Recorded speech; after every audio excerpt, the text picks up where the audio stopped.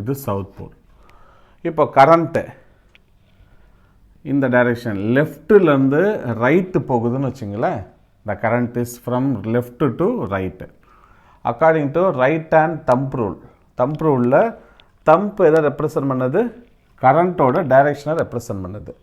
So thumb wire இதான்னு வச்சுங்களேன். வயரில் ஹோல்ட் பண்ணணும் உங்களோட தம்பை.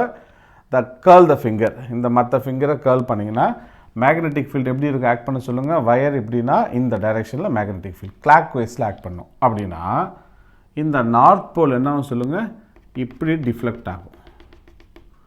ஸோ இதே போல் நார்த் போல் டிஃப்ளெக்ட் ஆகும். இது நார்த் போல், இது south pole. So north pole can be deflected towards the coil, south pole away from the coil.